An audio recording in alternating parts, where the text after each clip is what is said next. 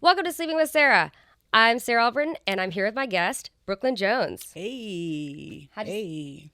I don't know which camera's mine. Is that one? That one's yours. Hey, y'all. Okay. How'd you sleep last night, Brooklyn? Believe it or not, I slept pretty decently, which is surprising because for like the past week or so, I've been having nightmares. Oh, yeah. Yeah. Yeah, you've been posting about them. That's pretty interesting. Nightmares. Yeah, I have been posting about it on Instagram and Facebook. I think my house might be haunted, and whatever's haunting my house is giving me nightmares. I really believe that. Oh, yeah? Yeah. That's interesting. So you gotta white sage that shit. I do, but I haven't saged in a while, so I need to sage it. Like, I'm not on a schedule. Like, sometimes I'm like, the vibe is off, or I've been having nightmares, so now I'm gonna sage. But I need to keep a schedule with that. Yeah. Mm-hmm. So are they about the ghosts? Is the dreams about the ghosts in the house? Or they're about... You had somebody... Who was it that was trying to kill you in your dream? No, the dreams are never about the ghosts. So I don't know who or what it is that's in my house, but the dreams are often about somebody trying to kill me. So I had one dream where Kevin Hart was trying to kill me.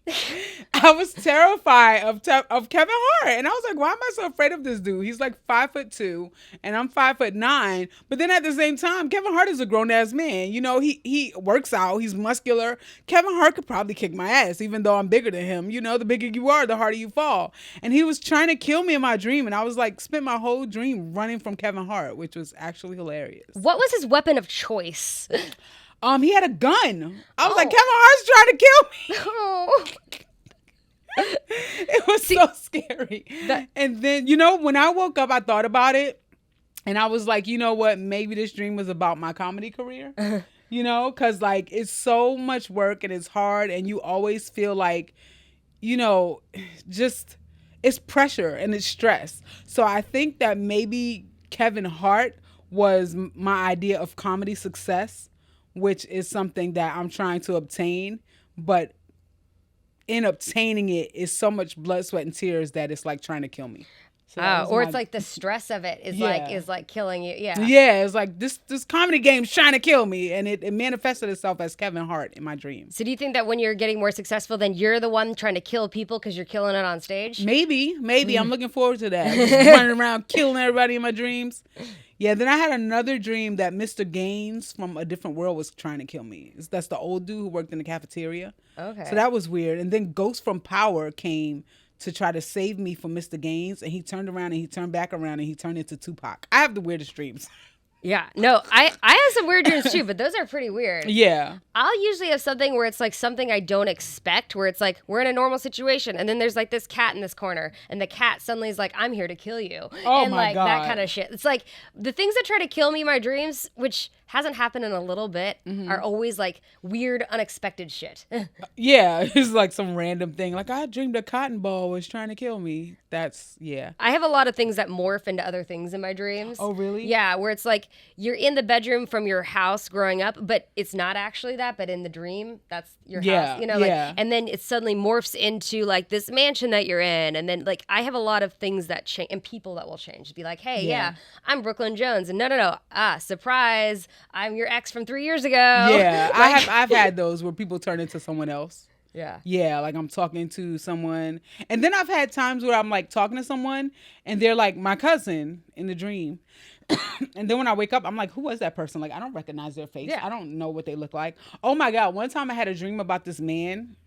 I don't know who the hell that man was, but maybe like 2 days later, I saw him on the train. So I'm like, dude, that's the man from my dream. And I was like, maybe I like dreamt him up or something, or like told the future. And then my friend was like, what are you, some kind of idiot?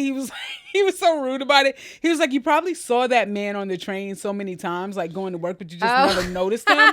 But you had a dream about him. Like he was probably like in the back of your mind, but you never noticed him until you had the dream. And I was like, that actually makes sense. That does make a lot more sense. Yeah, but it's a little bit more fun to think about the other way. Be like, yeah, I'm powerful. I can create this shit. No, man, I'm totally psychic. Cause I know I'm psychic. Cause like one time I had like, for some reason, this girl from my school popped up in my head. This was a girl I never talked to. She wasn't a friend. I just see her in the hallway sometimes, right? Out of the blue, she just popped in my head. I thought of her. I'm like, why am I thinking about that random girl? And then like maybe 3 days later, I saw her walking down the street. I'm psychic, man. Yeah. Yeah. I think that is really interesting. The connection between our dreams and like our life and everything. Like I think there is a power with that. Mm-hmm. My mom and her sister, they're not twins or anything. They're like, a couple years apart, but they would have a shared dream like the same night, like a nightmare. Whoa. And one would usually call and wake up the other. They live like, 300 miles away from each other. Like not, yeah. That's crazy. Yeah. So I do believe in like weird connection stuff like that. Yeah, for sure. We had a neighbor growing up who woke up in the middle of the night and he had like a pain in his chest. His son was stabbed in Miami at that same point. And his son survived, but it was just if it had been a couple inches off, but it was like that same night. Holy crap. Like I totally believe in that shit. I believe it too. We have connections, especially with like our family and people who are really close to us. Like me and my mom have a connection very close to like what twins would have. Mm-hmm. We read each other's minds. One time we both started singing a song that we made up. Like neither one of us had ever sang this song before. We just started singing this like random song, and I'm like, what the heck? Like I just made that song up. I just made that song up. Like we literally read each other's minds. Well, like in sitcoms and stuff, sometimes they'll do that. Well, they'll do the voiceover and they're like, reading your minds. Yeah. Like, some people you are close enough to where you can look at someone and get what they're thinking. Yeah. And that's how my mom and I are. Like one time, there was this buffalo wing spot in New York that we liked called Pluck You, and I hadn't been there. That's I know, a cute name. It is adorable, and their food was so good. And I hadn't been there for maybe 6 months at least. I haven't even thought about it, and I happened to be I don't know. I just started craving it, and I was like, you know what? I'm gonna go to Pluck You and get me and my mom some wings. So I got on the train, went downtown to the Village, went to Pluck You, ordered us some wings. I'm walking to the train with the wings in my hand, and my mom calls me and she's like, I don't know why, but I'm craving Pluck You. If you happen to be in the area, you should pick us some up. And I said, I have it already. She's like, what? I'm like, I have the Pluck You in my hands right now. She's like, that is crazy. That's awesome. Isn't it? It's like that would be like a dream relationship if you could just like the person that you're with, it's like they could, tell you, hey, like I'm reading your mind already. I know. Like, that's perfect. Yeah, I wish I could find a person like that, like to date, that just knows me well enough to read my mind. Well, I think you got to get to know the person. I think true. It's like something that's not something that's overnight. Yeah, you got to be that close. Yeah. That's true. And you grew up in New York, right? Yeah. I grew up in New York. In Brooklyn? Mm-hmm. Love that. Yeah, good times. Now I'm out here in LA, but Brooklyn made me who I am, so I'm happy that I was born and raised there. When did you come over here? I've been in LA for like 9 years already. Oh, Can wow. you believe that? I can't even believe it. It feels like maybe 3 years. It does not feel like 9 years. Well, we did lose a couple there during the pandemic. Yeah, we lost like 3 years during the pandemic. And then I lost like 2 years when I first moved here because I didn't really have my life together. I didn't have a place to live or job or anything. So I was just like running around like a chicken with my head cut off. So you just came out like on a whim. Well, my house burned down. Oh, what? Yeah, I was living in an apartment in Harlem at the time, and they had a fire, and it was total, like completely burned me out. And I didn't have a job at the time, so I was like, I really don't have anything keeping me here. And believe it or not, my unemployment checks hit the day after the fire. So it was like divine intervention. Everything happened, and I was like, you know what, I'm gonna take my unemployment checks and go to California and see what happens. Because I was starting from scratch anyway, Because everything, did you lose everything? Oh. Yeah, I mean, I didn't have much to begin with, but I lost like a lot of my clothes, just like, a lot of material possessions. So I just came here with a suitcase of smoky smelling clothes that I could salvage from the fire. And luckily, I was living with roommates at the time. And I didn't have every single thing I own in that room. One of my friends had like some of my stuff at his house. Okay. So I was able, like, stuff from my childhood, like some of my toys from childhood. And I have like tour books from concerts that I went to and vinyl records and stuff. Luckily, those were at my friend's house, so those didn't get burnt. But I lost like a lot of my clothes and shoes and stuff like that. So I had to like start over. Yeah, But yeah, I came out here with nothing. No job. Just unemployment checks, and luckily I have friends. I had a good foundation of friends. Well, I think that's more important because when you're out here, I think a lot of people move out here and they don't have any family lives nearby. Like nothing. My family is thousands of miles away. Yeah. I got like a cousin in San Diego, but no one here. Yeah, and you really got to build your found family out here. Yeah, so luckily I have friends here. Shout out to Flex and Shanice. I've known them for many years. So when I moved up, they're like family. And I would come here every year or two to visit them, you know? So I had them, and then I had my other friends. I had like Crystal, and I had a few people out here that had my back, you know what I mean? So I didn't come out here alone. And then I made friends who also had my back, Kim Coles. So I had a lot of friends. I had like a village, you know what I mean? So I wasn't just out here sleeping outside, you know? So people let me crash on their couch and sleep on the air mattress in their house until, you know, I got my act together. Well, that's great. Yeah. Like that's good. If you don't have anything when you get out here, like have your friends. Yeah. That I think that's more important than anything else. Oh yeah, for sure. I know people that move out here and think they know what's going on in LA, and you don't know till you're out here. A lot of people moved out here and they had to like live in their car. I didn't even have a car when I moved out here. I didn't even know how to drive. I didn't learn how to drive. Because you grew up in New York. We didn't need to. I just took the train everywhere. Ah. I didn't learn how to drive until the pandemic. Oh wow. Who taught you how to drive? I went to a driving school. Oh, okay, good. My friends tried. I was like, which friend? And do I know this friend? No. And can we write a sketch about it? Because that might be hilarious. A few of my friends have tried, but obviously driving with me was a nightmare because everyone who has ever tried to teach me how to drive only taught me once. They never brought me back. I was like, okay, I need to go to driving school. So I like saved up some money. It cost me like $1,000 to learn at the driving school. And then I went and took my test. I failed it the first time because I stopped at a green light. You couldn't just be like, hey, I'm sorry, I'm colorblind. Like, let me get through. I like freaked out for a second because when I was learning with the teacher at this particular green light, I was supposed to make a right turn. And when I made the right turn, some dumbass was coming towards me on my side of the street. So we were about to make a head-on collision. He was on my side. Oh, weird. When he should have been on his side. So when I got to that street in the actual test, I kind of had a flashback of that moment. So I was scared to turn the corner because I thought that guy was going to be there. Yeah. So I stopped, like I hesitated. He's like, you can't stop at a green light. Okay, go back. It's over. I'm like, sheesh, I don't get a second chance. He's like, no, you need more practice. Well, LA's hard because LA, people are really bad drivers in LA. They're bad drivers. And the thing about LA is a lot of the streets out here are two-way streets, and it doesn't matter how narrow it is. Like the streets are so narrow that sometimes you have to pull over to let the other car go by. Oh, and if there's a delivery truck, like that happened to me on the way here. It's like the delivery truck, you got to be like, okay, I have a tiny Prius, you're a big-ass delivery truck. If you're going to pull over like further. Yeah, they double park on these narrow two-way streets, so you have to go around it, and then the cars coming towards you have to go around it. So sometimes you're like face-to-face with other cars.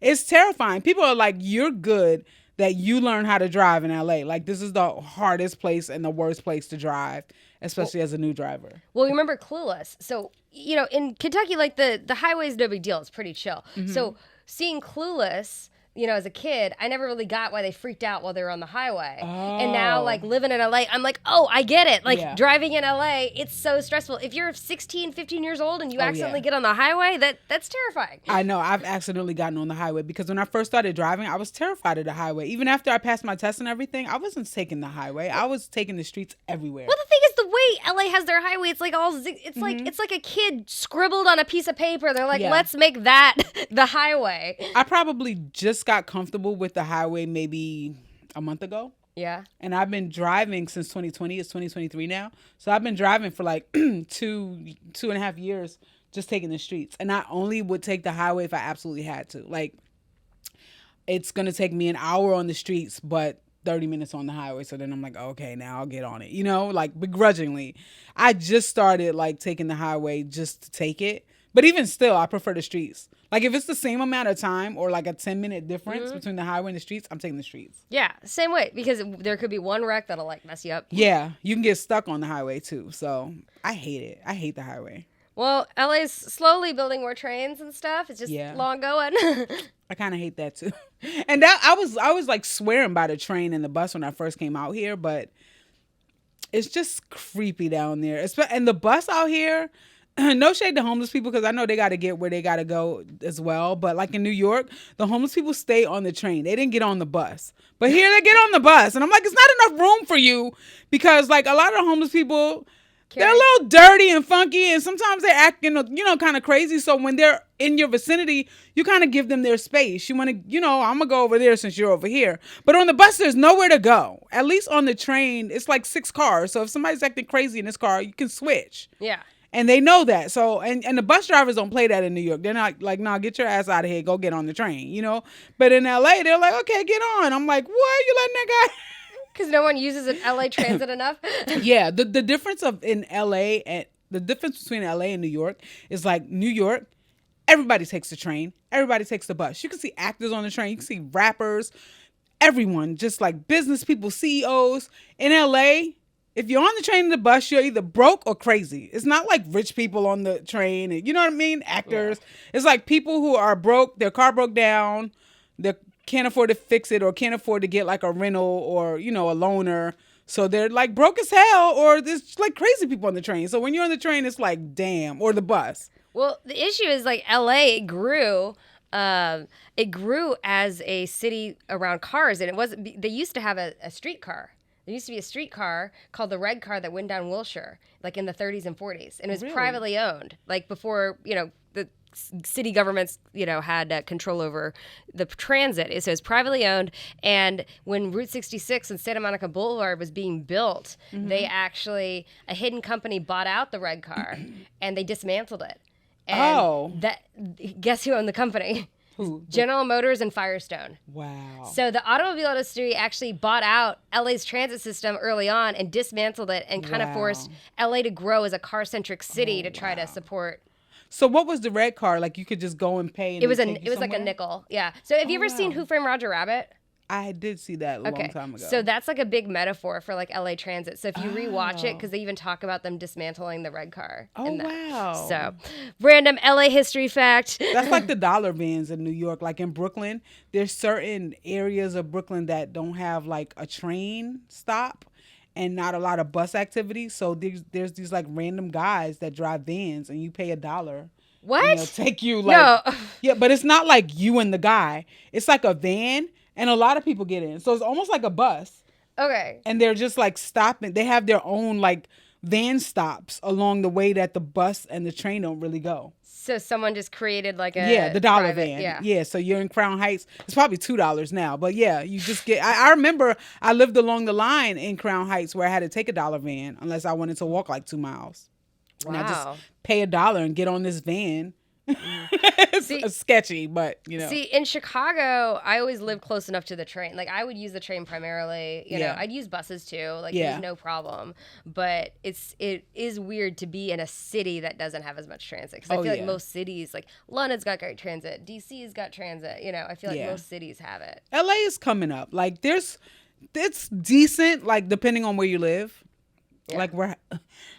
Sorry, I'm so coffee today. Where I live in a central area. Mm-hmm. So I have 2 train lines by me. Nice. So I can take like the purple or the red and I can go like downtown. I can go, and now they have the expo line. So you can take the train to like Santa Monica and That's cool. then go to the beach. And so, yeah. And it's good for like Santa Monica because there's literally nowhere to park. And if you do find somewhere to park, it's going to cost you like $10. Yeah. So you can take the train for like, I don't know how much it is like. It's now, cheap. like LA's train is really cheap compared to like everywhere else because no one uses it. But it's gone up because when I first moved here, the LA train was $1.25, and now it's like $1.75, I think. That's still cheaper than parking right by the Comedy Store for an hour. True, that is very true. But that's interesting. Yeah, I think you think most cities have a lot of transit, and just LA is just different. People don't really use it, but maybe that'll change. And I know they're trying to build it up because they got the Olympics in 2028. Mm-hmm. Oh my God, I have friends that didn't even know there was a train down there. Like they were like, "How did you get here?" And I was like, "I took the train." And they were like, "What train?"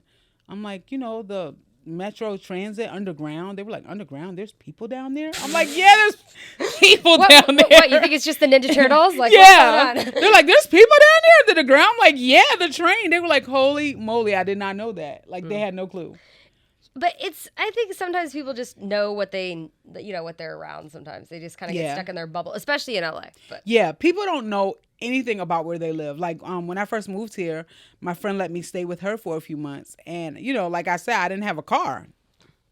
So I would go out and walk around just to see like what was in the neighborhood.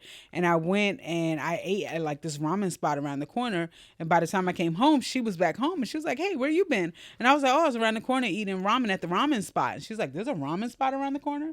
I'm like, "You don't know your own neighborhood?" And she's like, "I never walked around. Like I go in the garage, get in my car, and drive out and go to wherever I'm going. I don't know like."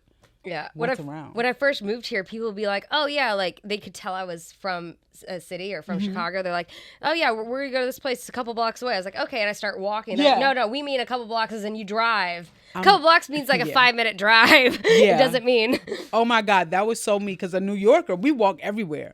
So if somebody says it's just down the street, I'm thinking it's on the corner or maybe 2 to 3 blocks away. So I'm like, "Oh, we can walk," and they're like, "No, it's like a 5-minute drive, which would be like a 30-minute walk." And I'm like, if you stay down the street, that means that we can walk over there.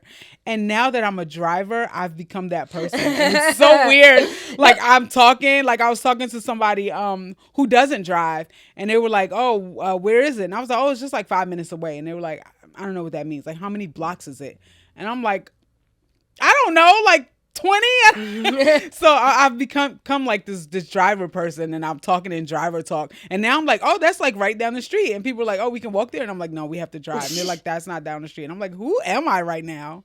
LA changes you. It does. I was someone who never liked, like I was in Chicago, I would have never liked hiking or any of that kind of stuff. And then I moved here, and I was like a 15-minute walk to Runyon, and I was like, oh, like I started hiking with my friend Sydney. We'd go like a couple of times a week, and I freaking love it. It's something I never thought I would like hiking. I haven't gone hiking much because my friends go too early. Well, the thing is, you have to go early, otherwise it gets hot. That's what they tell me. But I'm not an early riser, so I'm like, "You're going at 7 a.m.? That's too freaking early." And they're like, "Well, if we go at 2 a.m., we're gonna die out there in the heat. I mean, 2 p.m. Yeah, we're gonna die out there in the heat." So I haven't been able to like get up early enough to go. I'm proud of myself because I got up early enough to go to the strike today. That's good. No, I think and the strike's important. It's so important. And I was like, I'm going to treat this like a job because in the future it will be my job, so I'm going to get up and go out there and support. And I got up early today specifically for that.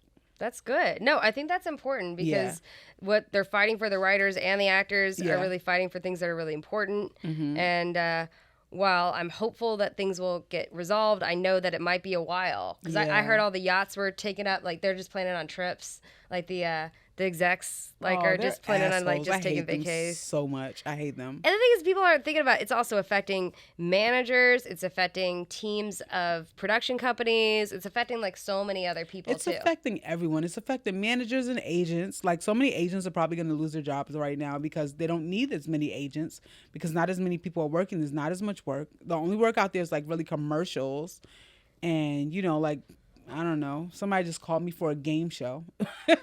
And the thing that's frustrating is what did everyone rely on during the pandemic to keep them sane? Entertainers. Exactly. TV shows. Yeah. They relied on the creators of those shows to keep them sane throughout the pandemic. And now they're acting like actors are not important. They're like, "Oh, you're all spoiled. Your jobs are just fun. We don't need actors." I'm like, you freaking do, because what do you do when you get home from work? You sit in front of your TV and you binge watch TV shows. What do you binge watch? I'm a big fan of I love Star Trek. Oh yeah? So I've been watching a lot of the Star Trek shows. I binge watched Strange New Worlds, and I think Captain Pike is amazing. I love the new Captain Pike. And I binge watched Star Trek Discovery. I know a writer on that. On Discovery? Yeah, Glenise Mullins. Shout out to her. Shout out to her. Great job, girl. I mean, it's amazing. And I love having like a black female captain. Like, what? It took them long enough to get her to captain. I'm like, it took like 2 seasons before she made it to captain, but I think that's freaking amazing. Spoiler alert. Sorry, you guys. But I love Star Trek, and I think that's a great show. And I also binge watch a lot of cop shows. I love cop shows like SVU. I love 911. Any like cop or fire show, Chicago Fire. PD, yeah, I love shows like that. So that's I'm cool. all about it. My dream is to be on those type of shows, which is why I'm out there on that strike. Because, this is like people's dreams that you're messing with right now. People's livelihoods. So I'm like out there fighting for them and fighting for myself because, it's a goal to be on a show like 911 or Chicago Fire or SVU. And would you want to be on a more serious show? Because I know some people do that. Like Brandy Denis, she does that. She's been on more serious roles, but then gets to do more, fun stuff with stand-up. Like you want to do... I want to do both. Everything, honestly, because my heart is with sitcoms, honestly. But sitcoms are not the big thing right now. Like in the 80s and 90s, it was all about sitcoms. Yeah. And I really want that to come back. Like everyone's all about nostalgia right now and, throwbacks and rebooting stuff. I want them to reboot the sitcom. There's not many sitcoms out that are popping right now. The only one out right now that's like off the top of my head is probably... The Neighborhood and Lopez versus Lopez. Yeah. So there's not a lot of sitcoms. So I would really love to be on a sitcom, but I also really love like the serious shows. I don't know if I want to play like a victim or anything like that. Maybe like a uncooperative witness or a cop. I would love to play a cop or... Okay. I don't know, a bad person. I don't know. Yeah, a villain. Villain. I think villains get like a lot of fun, juicy role stuff. Yeah. Where like a villain you don't expect to be a villain. It's like a twist villain. Yeah. It's like, oh, this person's interesting, Yeah, or like, I don't know.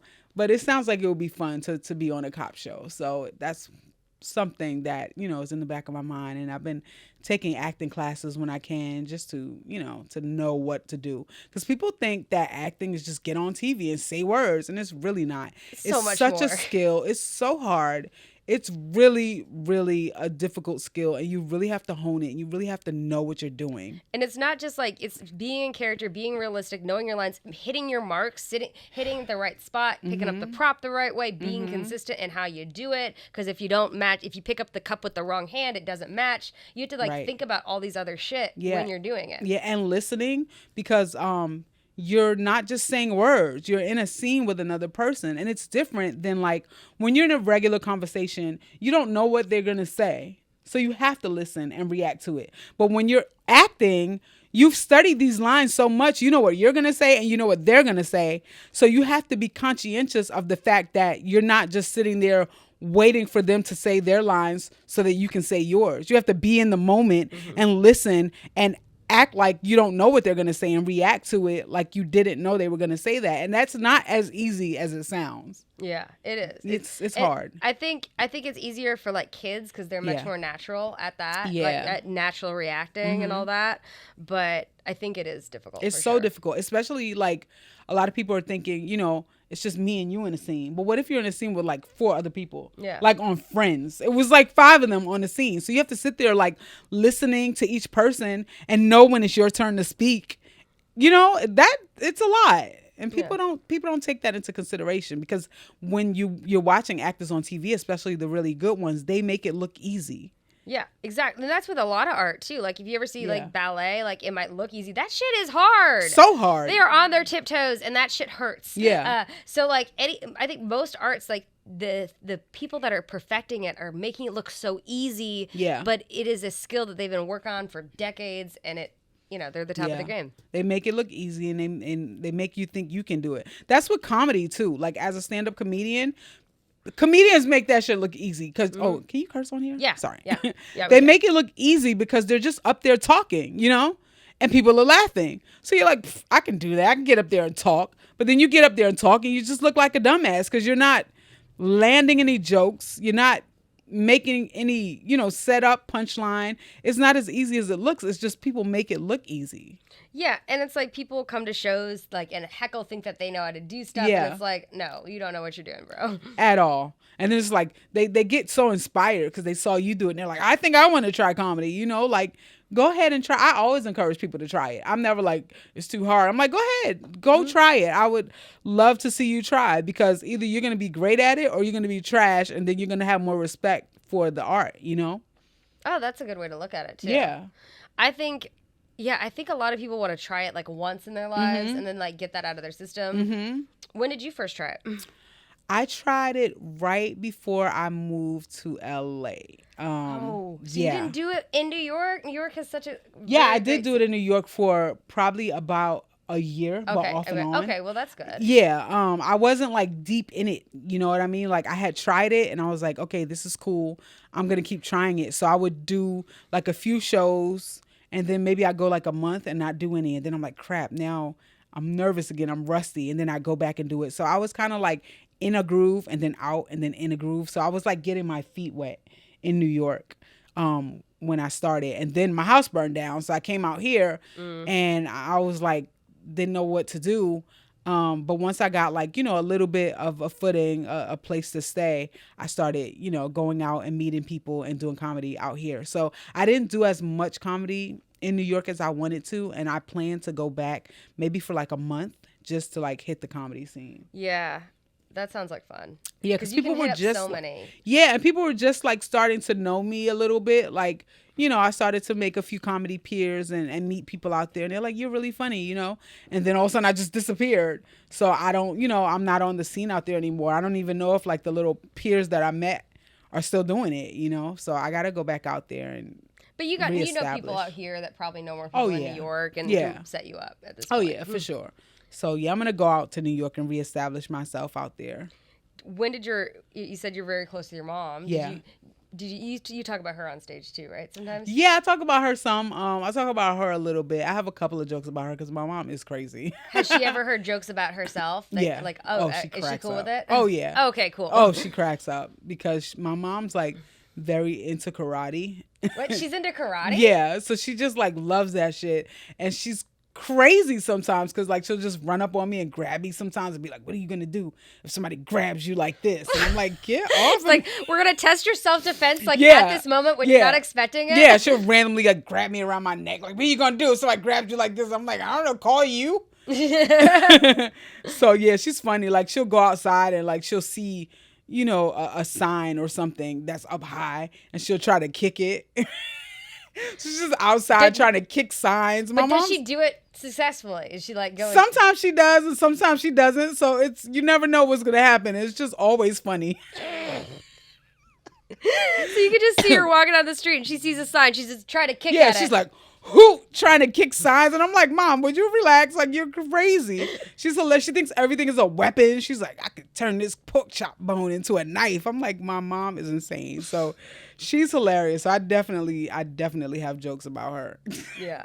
And then it's so funny because like she's this crazy karate lady and she's like, I'll kick anybody's ass. But then like if we get on the bus, she turns into like this sad elderly lady so she can get a seat. She's like, my back hurts. My back. I'm so old. I'm like, girl, please. You were just outside trying to kick a sign. Hey, she rides a bike. She's hilarious. Yeah. Yeah. That's great. Does she live in New York then still? No, she lives here. I brought her out here. Oh, you did? Oh, yeah. My mom and I are close. I was like so depressed being out here away from my mom because I'm used to seeing her like all the time, every day. So I lived out here for like a year. And then I got my own apartment. I'm like, Mom, you have to come out here with me. Like, you have to. And she was kind of skeptical. She's like, I don't know. I never lived anywhere else. I'm used to New York, And I'm like, you don't even like New York anymore. Like, it was just cold and miserable all the time. And, when you get older, you start feeling that in your joints and stuff. And I kind of was like, felt guilty in the wintertime being here all warm and toasty and out in the sun with my shorts knowing that my mom is like in a snowstorm. So I was like, I promise you're going to love it here. It's beautiful. It's a lot of nature. She loves nature. So I said, this is what you do. Come visit me. But when you come, bring all the stuff that you would have to go home to get. Because I know you're not going to want to go back. So bring all the important stuff. Oh, really? Yeah. So she brought all her important stuff. And she hasn't gone back. So what happened to her other stuff? It's like at my sister's house. Okay, cool. And then like some of it, I think my sister sold it or got rid of it. Like she asked my mom, like, what is the stuff that you want and don't want, So she has some of it and then the other stuff. My mom's like, I don't care. I'll just start over, Is your sister older or younger? Do you have any nieces, nephews? Yeah, my sister's younger and I have a nephew. Yeah? Yeah. How old? He is 17, so I'm aging myself right now. So he's almost, wow. Yeah, I'm old as hell, even though I don't look it. Yeah, my nephew's 17. Wow, that's crazy. Mm-hmm. He's a rapper. Shout out to Esquire. Yeah? Yeah, he's really good, too. He's doing it? He's actually he's doing it. He has a song coming out in a couple of weeks with this well-known rapper called K Goddess, which is pretty dope. I'm like, you got features with established rappers? Like, how are you doing this? I was a rapper when I was a teenager, and no established rappers were rapping with me. What was your rap name? My rap name was Anonymous. with an MISS on the end to establish that I'm a female. Yeah. I was pretty good though. Like I was out there on the underground. I was like rapping. I was really good at it. I was on 106 in Park. I used to like do like these little ciphers or battle raps.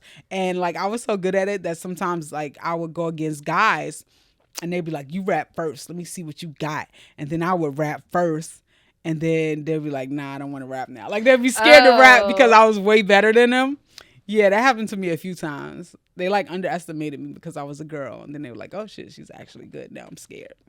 Man, you should do like Wild and Out or something. I know, right? I would totally be on that show. I think I might have to get a thicker skin though, because they roast the hell out of each other on that show. And I don't know what they're going to say about me. I might get mad. You can't get mad because they say some mean stuff to each other. Like I was just watching some clips from Wild and Out yesterday. And there's this girl on there. I think her name is Maddie. She's this white girl. Maddie Smith. I know her. She is so funny on that show. And she told this fat guy that one day he's going to look back at Wild and Out and be like, wow, I remember when I used to have feet. I was like, holy crap. She was like killing him with like diabetes jokes. And I'm like, bruh, to be on Wild and Out, you really have to have a thick skin because they'll go in on you. Yeah. But yeah, that actually sounds like a fun show to go on if you have a thick skin and you're not afraid to laugh at yourself. And I'm not afraid to laugh at myself, but yeah, but they could say something you don't expect them to I bring know. up, and you're like, yeah, like I don't know. But I would definitely try it. Yeah. Yeah. Yeah. No, that I think that's interesting. Like I think with so have you done roast battle then too?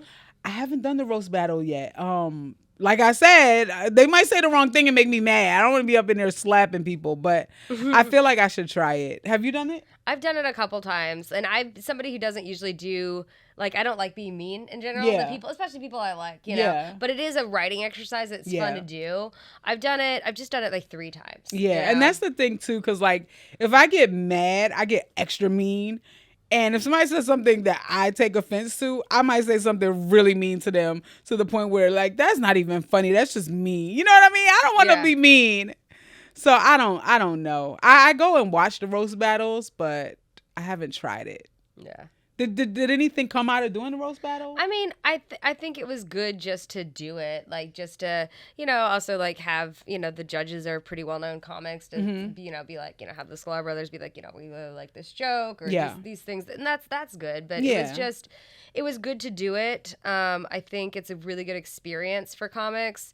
If you want to get better at certain writing jokes, it's a writing exercise. Like you do the roast out of people you love, right? Yeah. And there's another show that they used to do, forget where they do it, but it's called Boast Rattle, where it's basically it's a roast battle, but it's a compliment.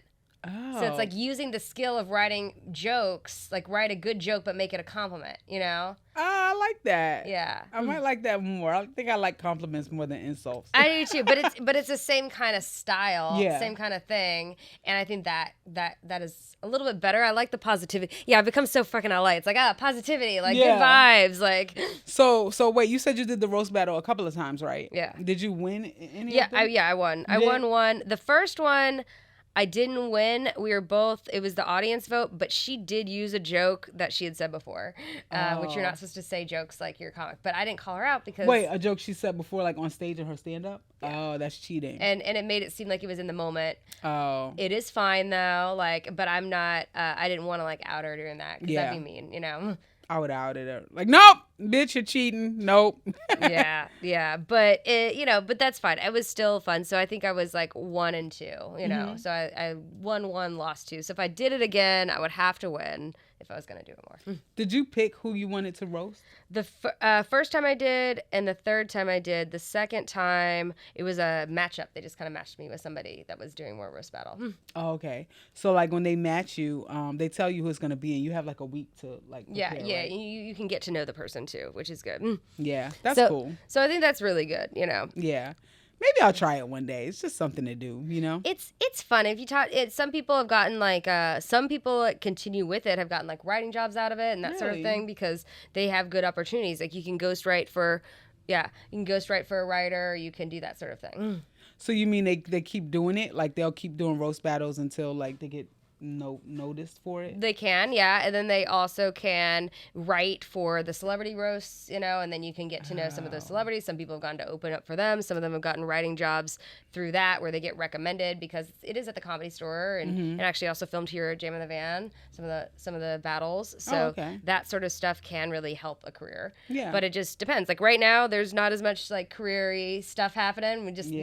Thankfully we got our live performances we're allowed to do. I know. I'm so grateful to be a comedian right now, because like, can you imagine if you were an actor and just an actor? It's like, I'd be kind of freaking out right now, because like, what if you're a SAG actor, there's really not much you're allowed to do. Like being in the union, you're not allowed to do anything. Yeah, like thankfully I interviewed him a couple weeks ago, like Aaron Branch, and we talked about his Netflix show. He wouldn't be able to do that conversation now because you're not allowed to talk about the projects. Yeah, and it sucks because it takes so much work to do that shit. And then you can't even promote it, so now nobody's gonna watch it, Yeah. Oh, that's awful. But that's why I think like a big thing is if you are a fan of somebody and you're a fan of their work and they're not allowed to promote their shit. I think this is the time to really push people to be like, hey, I saw this movie. It was great. Yeah. Please go watch it. I'm going to start doing that. I'm going to start like promoting and pushing the shows I'm a fan of and the people I'm a fan of, just knowing that they can't do it, because I'm not in the union yet. I'm non-union, so I can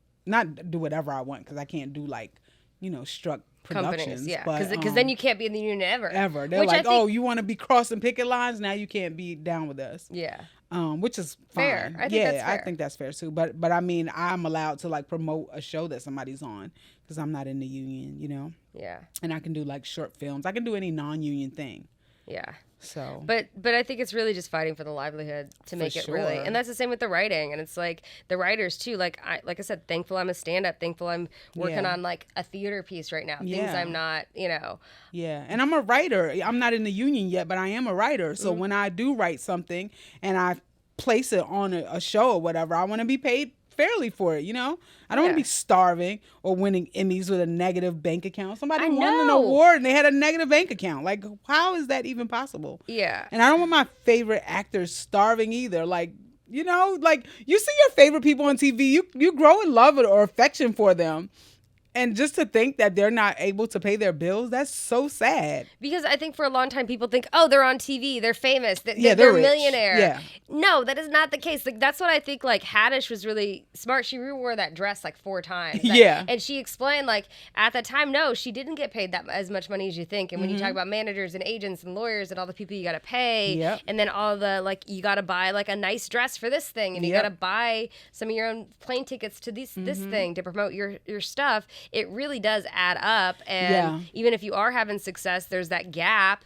And you're like, okay, I got to spend $5,000 on a dress. I'm going to rewear this dress. And another thing people don't realize who are not in the business, like they'll see somebody on TV and they'll hear, oh, they made $25,000 for that episode. But they don't think about the fact that a lot of these people, they'll make a lot of money for like one thing they were on. And then like if that show's over or canceled or they're only on one thing, they don't know when they're going to get another gig, another role, another job. So they have to make that money stretch. What if they don't work again for another year? That $25,000 has to last them for a whole year. So if you think about it like that, that's not a lot of money, because actors, they don't know when they're going to work again. Like sometimes they get lucky and, somebody liked them and they pick them up for something else, or they audition and they book something, but that's not all the time. It's the same with writers too. Like they might get like, it might seem like a lot of money when they do this. Yeah. You got paid for this pilot. You got paid this much, but that's like 8 or 9 months worth of work. And then And they don't even consider all the work that goes into it before you even get paid. Like people don't realize how hard auditioning is, especially now. Self-tape auditions are so much work, and you don't get paid for that. And they're gonna send you shit that's like, this is 8 pages of work, and then sometimes they're really specific. We want you down a hallway. It's like I don't have a whole production team with me to do all that shit. Yeah, and then you have to set up your camera, set up your light. You have to get a reader, and then it's like, everyone doesn't have somebody in their house that can be a reader. So you have to coordinate with your friend, or you have to pay a reader or pay a studio to set all of this stuff up. And it's just really just like the production of it is hard work in itself. But then you have to be an actor at the same time and learn these lines and get it into your body to the point where you're feeling these emotions. It's so much work. And then you do all of that and you don't even book the gig. And it's not like they don't send you a thing, thanks for auditioning, you didn't get the gig. They just don't tell you. They just ghost you. They don't tell you a damn thing. You don't know why you didn't get it. You don't know if you did a good job, but they just didn't like your type, or you just suck. Like, you have no idea. Or you reminded them of an ex. It could be like some personal bullshit. Or it's like, oh, we thought this character was going to be this. Oh, but, the producer's son wants to be in it, so we're going to rewrite this role to be a dude. Like, there are so many things, and that's why you can't take that shit personally. Yeah, I just saw this thing. This person was casting for a movie that she wrote, and she has a podcast as well, and she actually had one of the actors who auditioned for her movie on the podcast, and they started talking about this very subject, and she was like, I want to tell you why you didn't book the role, because a lot of times people don't get feedback on this, but since we're talking, I'm going to tell you the reason, because you probably think you didn't do a good job or something. You were excellent, and I kept pitching you like, how about her? They didn't want you because you were too pretty. Oh. She was too attractive for the role, and they wanted somebody to look a little bit more, I don't know, homely or rugged. But it's like, fuck, give me a second. Let me take my makeup off. Like let me mess up my hair. I can make myself look ugly. Right. Come on, like, give me the role. Right. I was in the room once for a casting thing, so I actually got to see firsthand how casting directors pick these people. Ooh, what's their mind like? Ridiculous. Can you do an impression? It wasn't even, I don't even remember like how they acted, but I could tell you what they were saying. A lot of it had nothing to do with the people's talent, because everybody was talented. They were like, oh, I like him. He's goofy looking. We don't have anybody goofy looking. Pick him. I just like his goofy look. Oh, we don't have, she has glasses. We don't have any girls with glasses. Pick her because she has glasses. This is why they were, he's tall. Pick him. He's tall. We don't have any tall people. I'm like, what the hell is going on here? And then it was like for kids. And I thought this one kid wasn't going to get it, because when they called her in, she was only about 3 or 4, and she cried. She's like, no, I don't want to go in there. She threw a tantrum. She like fell out on the floor and everything.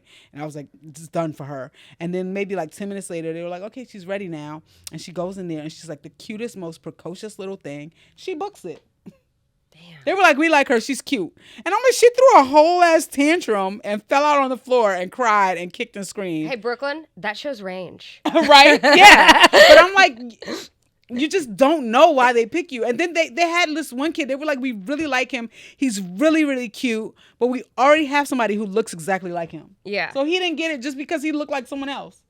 That's so the way it's not because, you weren't good or you weren't talented, or sometimes it's just because how you look, or because they already got somebody like you. Yeah. Yeah. It's good to keep that in your mind, Yeah. I do want to switch topics real quick. I want to talk, because I on your Instagram and stuff, I love your reaction videos. You have such strong reactions to things. Thank you. And you call people out on the crazy shit that they do, or stuff on the internet. And how'd you start doing that? And I started doing it because I'm a very opinionated person, and I have opinions and reactions about a lot of things, but I'm typative. I type a lot. So I would type these reactions on Facebook. Mm-hmm. And I had friends like, the shit you say is so funny, but it's not reaching that many people. You need to make videos saying this stuff instead of typing it. And it took me a while to train myself to put my thoughts on videos, because I'm so used to, I got a thought, I'm going to type it, Mm-hmm.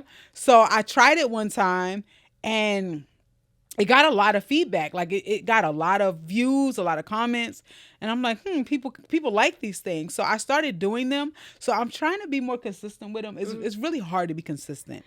Yeah. And people are like, you got to put one out every day. And I really haven't been doing it. I'll do one today, one tomorrow, one the next day. Then I won't do another one for like 2 weeks. So I'm trying to be more consistent, because I feel like if I do that, maybe it could help my career go to the next level. Because that's actually how Kev on Stage got popular. He was doing reaction videos and just like talking to the people. Well, just people liked them. Sharing her, even just like the Halle Bailey stuff, Yeah. that kind of shit. Yeah. It's like, okay, yeah, like that's shitty that he's doing that, Yeah. Like, but I think it's just topical. It's something that's going on right now, and it's good to share. Yeah, I'm gonna start doing more of that. I think those videos I noticed on my page, those do the best out of any other content that I put on my page, my reaction videos. Yeah. And I'm just talking. I don't write any of that stuff down before I do it. I just turn it on and I talk. Yeah.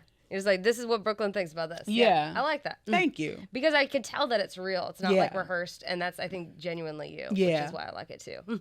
Because you are fiery in a good way. You know what I mean? Like, it's like because I get passionate too. Like, I'm from a family of very hard-headed people. Yeah. If we all get together and we don't argue, there's something wrong. Like, really? If people are quiet, there's something, like it's not a quiet house. Like, that's so funny. Yeah. My family's pretty loud too and opinionated, so I guess that's where I get that from. But I definitely want to be more consistent with that. So thank you for mentioning that and letting me know that you enjoy it. Because if you enjoy it, that means other people enjoy it, and I need to keep doing it. Yeah, absolutely. Yeah.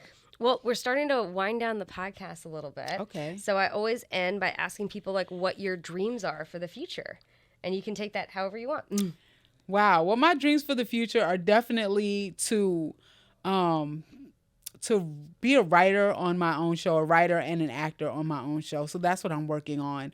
I wrote 2 scripts, and I'm hoping to get those picked up once the strike is over, and hoping to be on screen and behind the scenes. So that's my dream for the future, and making a decent, fair wage for it. So I'm going to be right back out there on that strike tomorrow. All right. That's a great answer. Thank you so much. You. So we always end by saying good night. Oh, and also you want to give any plugs for anything? Yeah, basically I'm very active on Instagram, so you can follow me on the gram at It's Brooklyn Jones. My website is itsbrooklynjones.com, so that has all of my socials. Awesome. Well, thanks so much for being on the podcast. We always end by saying good night. So good night, everybody. Good night. Thanks for having me. Thanks for listening to Sleeping with Sarah, where I slept with Brooklyn Jones. To find out more about Brooklyn's upcoming shows, check out itsbrooklynjones.com and go to @itsbrooklynjones on Instagram and TikTok. You can catch me performing all August at the Edinburgh Fringe Fest with my show, Awake and Narcoleptic. If you like the podcast, please rate, review, and subscribe. Follow @SleepingWithSarah on TikTok and YouTube, and @SleepingWithSarahPod on Instagram. Thanks to Josh Bryant for the music. Big shout out to Wolf Ramirez and the team at Jam in the Van. Please follow @Jam in the Van and check out their other podcasts and other live shows. I'll be releasing a new podcast each week, so tune in to find out who I have in bed with me next. If you want to find out more about me, go to sleepysarah.com or follow me on Instagram or Twitter @Sarah Albritton and TikTok @Sarah Albritton Comedy. Until next time, good night. Sleeping with Sarah.